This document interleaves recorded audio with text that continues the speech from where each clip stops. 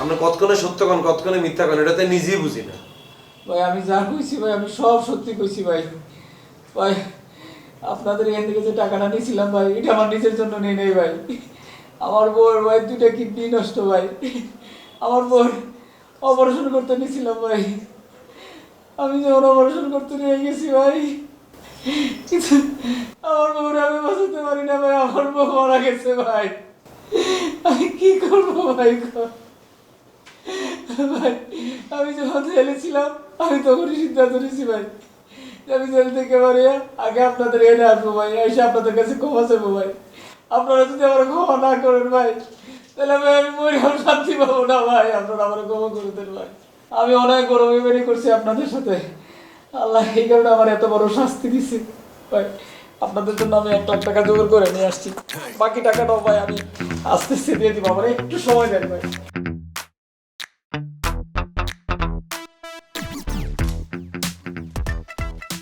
চিন্তা কর তাহলে কত বড় ভণ্ড। এটা আমগো তো এতটি আমারই 1 লাখ টাকা ইনকাম করে বুঝতে আর নাই। আই শিওর এই টাকাটাও কারো না কারোর কাছে মারি লইছে। বেটা এই জালটা দাও নাই তো? ভাই জালটা ভাই আমি চেক করেছি ভাই, আপনি ভাই চেক করে নিতে পারেন ভাই। আমার কাছে দে, আমি ধরলেই বুঝতে পারবো। এটা মিলা দেখ।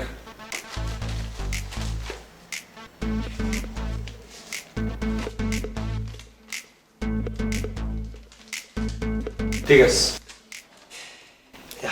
আমার মতলবটা কি? হ্যাঁ এই 1 লাখ টাকা দিয়ে কি করতে চাইতে আছো?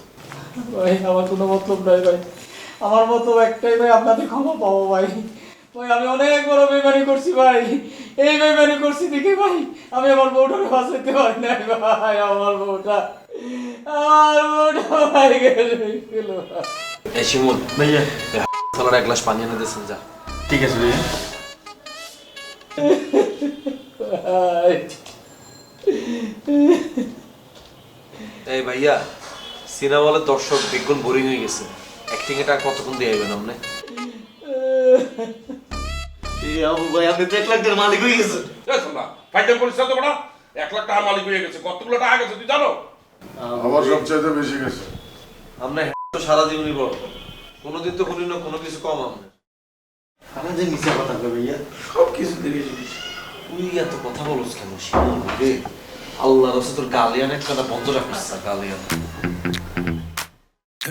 আরে ভাই আমরা কেউ আপনার হাইতাম না, এখন সবাই খুব টায়ার্ড হয়ে গেছি।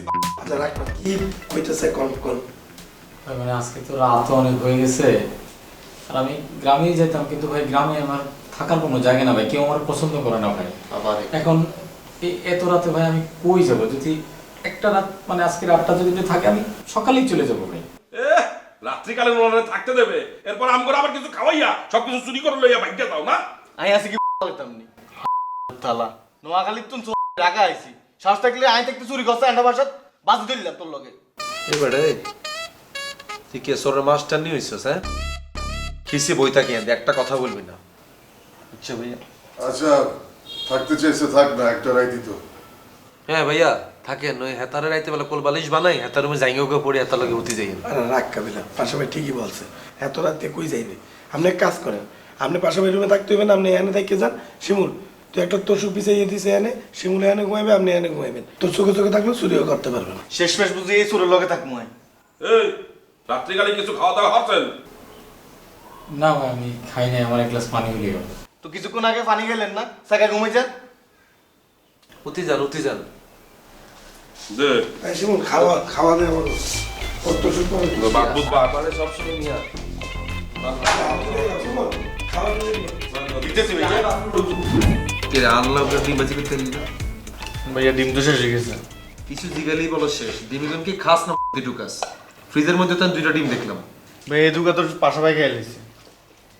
এত না কথা কি আর কইতাম, এত না তো হাবাইতা কোনো কিছু না বুঝে আকল জ্ঞান নাই, ঠাস ঠাস করে খাইয়া নাই। জিজ্ঞান ওর মাঝে খাইছে নাকি না খাইছে। এই বেটা ডিম কি খালি আমি 1 লাখ খাইছি, তুই যে খাইছো সেটা কথা খায়। কি রে মিথ্যা তো বললি কিলে? ভাইয়া খাওয়ানোর জিনিস খাই লিছি। তো এটা আমার সত্য কথা বললি তো হইতো। নেক্সট টাইম যদি ডিম না থাকলে তুই ডিম পেলি। এই কাবিলা, এই বড়া নেন হইয়ে রয়েছে একে একে বেড়া, আমরা সবাই মিলে ভাত খেতে ও তো রাতে কিছু খায়, ওরা ডাইকে একটু খাওয়া দিয়ে দেই। অবশ্যই তারা খাওয়ানো উচিত।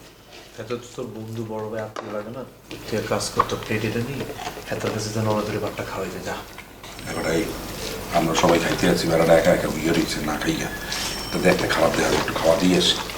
এটা ওর শাস্তি। ভাইয়া এদের ডাল দিয়ে দুয়া বাদ দিবি।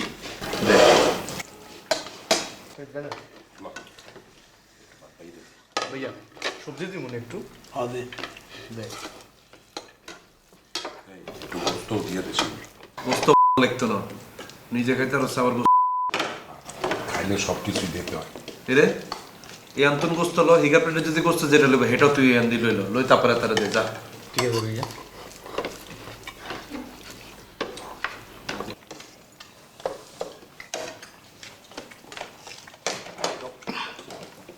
দেবো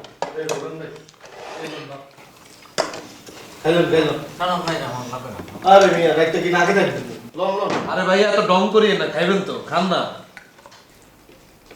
ওই মিয়া আমি আর দুই দিন না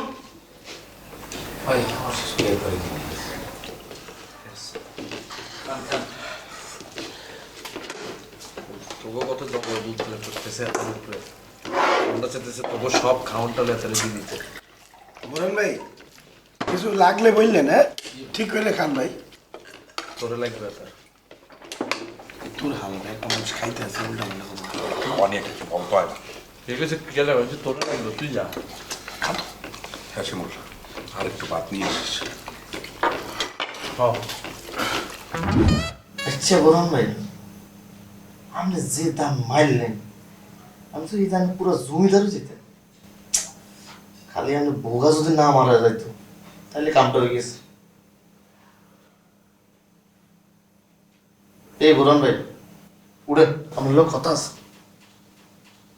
এই বুরান ভাই উঠেন না, আপনি লোক একটু পরিচয় হই। বুরহান, মোহাম্মদ বুরহান। আমি আপনারে চিনি, আপনার ফুল হিস্টোরি জানা আছে। আপনি আরে চিনেন না, আর নাম শিমু, কাবিলাবার বন্ধু এবং ছোট ভাই। নোয়াখালীতে একসময় চাষ করে আইছি ভাইয়া। নোয়াখালীর 13 শতাংশ আমরা ঢাকা আইছি। নোয়াখালীর তো নাইবার সময় ইগের পোস্ট দিচ্ছি ভাইয়া, 12টা সিলে লাগছে। নোয়াখালীর বেগুন আরে পোস্ট মাস্টার নামে চিনে, আর চেহারা দেখলে বোঝা যায় না কেন পড়েছি ভাইয়া, কি করার আর। আচ্ছা ভাইয়া আমি তো বহুত দান মাইল, বহুত ধান্দা করলেন, এরকম কয়টা ধান্দা মারছেন? বেশি না, এরকম আরো 2-3টা মারছে। এটা শাস্তি ওখানে আমি পাইতেছি, আরো শাস্তি পাবো হয়তো। এটা কি শাস্তি ভাইয়া? এটা কোনো শাস্তি হইল নি? এই মায়ের এখন কি কোনো গাত লাগেনি? আরে মিয়া এই বেগুনে যদি আর না থামাইতো আমি তুমি আপনার ফোজে দিয়ে দিতাম, আপনি ভাগ্যওয়ালা।